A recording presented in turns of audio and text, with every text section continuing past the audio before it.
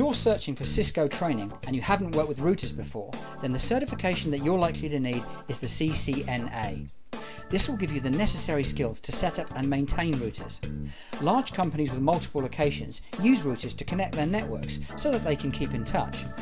The internet itself is actually connected via many routers and data switches. Now, gaining this type of qualification means you'll probably end up working for a large organisation that has a wide geographical spread, but who still wants to maintain secure internal data communications. Other usual roles could be with an internet service provider. This specialised skill set is obviously quite highly paid. As routers connect networks together, look for a course that includes basic networking skills such as the CompTIA Network Plus and A+, before you start your CCNA. You'll need this background understanding on networks before you get going with any Cisco training, or you may find yourself a little lost. Once you're qualified and looking for work, employers will also be looking for those networking skills alongside your CCNA. And please remember, qualifying up to the CCNA level is all you need at this stage. Don't be pushed into attempting the much higher CCNP qualification. Get a couple of years experience under your belt, and then you'll know if you need to train up to that level. If you do, you'll be much more likely to succeed at that stage, as your experience will greatly help. Let's be honest, individual job security really doesn't exist any longer. Most companies will get rid of workers if things get tight. But if your skills and qualifications are in an expanding marketplace, then you're in the right environment for true job security. Where there's a shortage of trained professionals, you'll always find companies looking for the right people. Take the IT industry for example. The last eSkills survey showed there was a skills gap of around about 26%. So this means that for every 4 jobs that exist in IT, there are only 3 trained people to do them. There's really been no better time or market conditions for getting trained into this rapidly evolving market. Students who are looking to get a career in IT very often have no idea which path they should take or what area to get qualified in.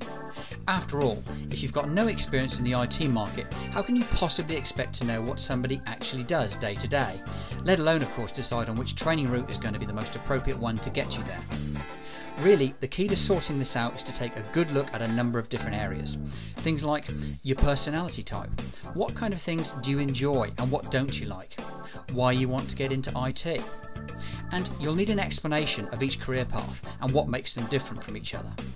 And clearly, you'll need to think about what effort, commitment and time that you're prepared to put into your training. So the only real way of covering these properly is through an in-depth discussion with somebody who knows the industry well enough to be able to guide you. Amazingly, most UK training companies still teach IT from workbooks and reference manuals. For most of us, this tends to be needlessly boring, drawn out and slow. Psychologists who've looked at learning tell us that we remember a lot more if we involve all of our senses, and if we get practically involved in what it is we're studying. So the answer is to find a course that uses multimedia CD and DVD ROMs, and always make sure you're shown some kind of demonstration from the training company.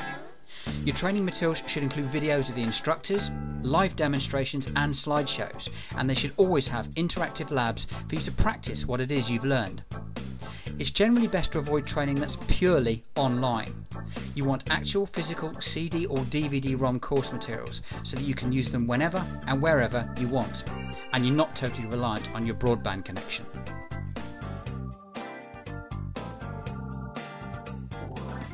Having full support really is critical with many technical programs, but unfortunately most companies only give office hours or extended office hours support. Very few of them go late into the evenings or at weekends. So find training where you can receive help 24/7 at any time of day or night, and make sure it's direct access to the tutors, not just some messaging system, because it'll slow you down if you have to keep waiting for calls back during office hours. Only true 24/7 round-the-clock live support really delivers for proper technical certification. You'll find that in-centre workshop days are often sold as a big benefit by many companies, but if you talk to most of the students who've used them, they'll tell you the opposite's true. You've got all that travelling, for instance, multiple trips and often hundreds of miles, and the classes are normally Monday to Friday, which means taking 2 or 3 days off work all the time. Well, if you've only got 20 days holidays a year, using half of that on training doesn't leave much for you. And don't forget the extra costs of travelling and accommodation either. Sometimes this runs into hundreds and even thousands of pounds extra. And maybe you'd like to work at your own pace, or maybe you want to keep your training private so there aren't any repercussions at work. And how do you honestly feel about asking questions in a class full of other people? All these reasons and more are why it's much simpler to watch and learn from pre-filmed classes, taking them when it's convenient for you and not someone else. You can redo the modules as many times as you want, and there's no need to take notes because you've already got the lesson. Quite simply, you'll save time, hassle and money. Always look for authorised exam preparation materials as part of any technical training package. It's very easy to get thrown by practicing exam questions that don't come from official sources. Often, the way questions are phrased can be quite different, and you need to be ready for this. And always test your understanding with quizzes and simulated exams before you take the real thing. You'll be far more confident and much more likely to pass. Offering exam guarantees is a popular sales gimmick at the moment, but if you examine the small print, you'll find out what's going on. Obviously, the exams aren't free, you are paying for them. They've just been included in your package price, which means of course that you're paying for them up front. Now you should know that a lot of profit is made by companies charging their exam fees at the start, and then hoping that you won't take them all. And they also control when and how often you can take that exam. They'll only allow a retake once they're completely satisfied that you're going to pass, otherwise they're losing that extra profit. So doesn't it make far more sense to find the best exam deal at the time, not to pay any markup to the training company, and to do it locally rather than in some remote centre? Pay for it when you need it and not before. The honest truth is that if a student pays for their own exams one at a time, they'll be much more likely to pass first time, as they'll be conscious of the cost and they'll apply themselves appropriately. Why pay hundreds or even thousands of pounds extra for so-called exam guarantees when common sense dictates that the best guarantee is study, commitment and good exam preparation? Many companies provide a job placement assistance service to help you get your first IT job. But often too much is made of this, as it's really not that difficult for any motivated and trained person to get a junior role in the IT industry, as there's such a shortage of trained staff. You would ideally want CV and interview advice though, and we encourage students to get their CV updated the day they start training. Many support jobs are offered to students who are still studying and haven't even passed an exam yet. At least you'll be on the maybe pile of CVs rather than the no pile. The best way to get placed is through specialised and independent recruitment consultants. The bottom line is they only get paid when they place you, so they've got the necessary incentive. Many students, it seems, are prepared to study their hearts out for years sometimes, only to give up at the last hurdle when looking for their job. Market yourself, make an effort to get in front of employers. Don't expect that perfect job to just fall into your lap. Take a good look at the certifications that you're considering. Make sure they're all current and commercially required. Don't bother with courses that lead to unknown in-house type certificates.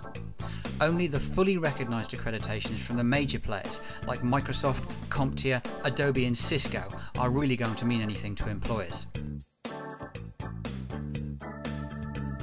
One question that often comes up is why should we get commercial certification rather than traditional academic qualifications that you get through schools, colleges or universities? Well, essentially industry recognises that gaining the proper accreditation from the likes of Microsoft, CompTIA, Cisco or Adobe is far more effective and specialised, saving both time and money.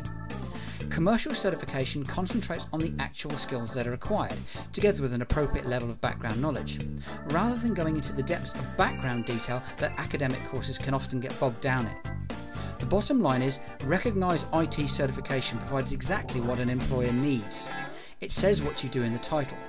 For example, the Microsoft Certified Professional Qualification in Windows XP Administration and Configuration. So, an employer just needs to identify exactly what they need and what certifications will fulfill that need, which of course makes it much simpler for them, and that's why they prefer it.